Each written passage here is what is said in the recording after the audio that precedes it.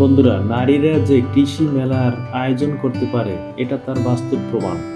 সমাজে নারীরা আর পিছিয়ে নেই।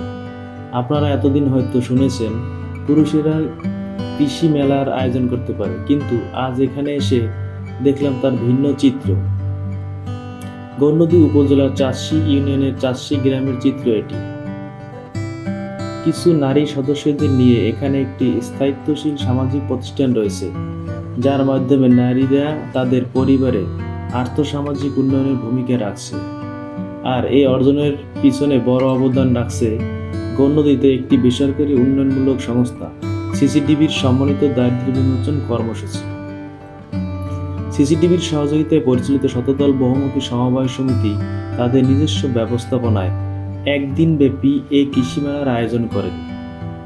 12 থেকে 15টি স্টল তারা দিয়েছে। নারীরা জৈব পদ্ধতিতে তাদের উৎপাদিত পণ্য মেলায় নিয়ে আসে। বিভিন্ন মানুষ এই মেলায় অংশগ্রহণ করে। সদস্যদের প্রত্যাশা, আগামীতে তারা উপজেলা পর্যায়ে কৃষি মেলায় অংশগ্রহণ করবে।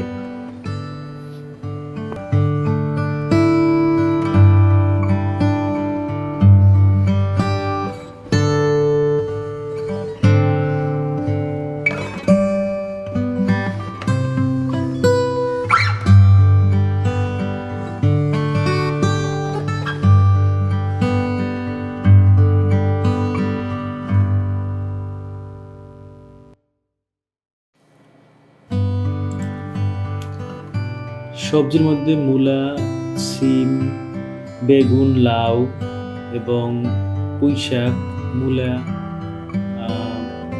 তারপরে তারা তাদের উৎপাদিত সেই নারকেল এবং একটি কাঁঠাল নিয়ে আসছে।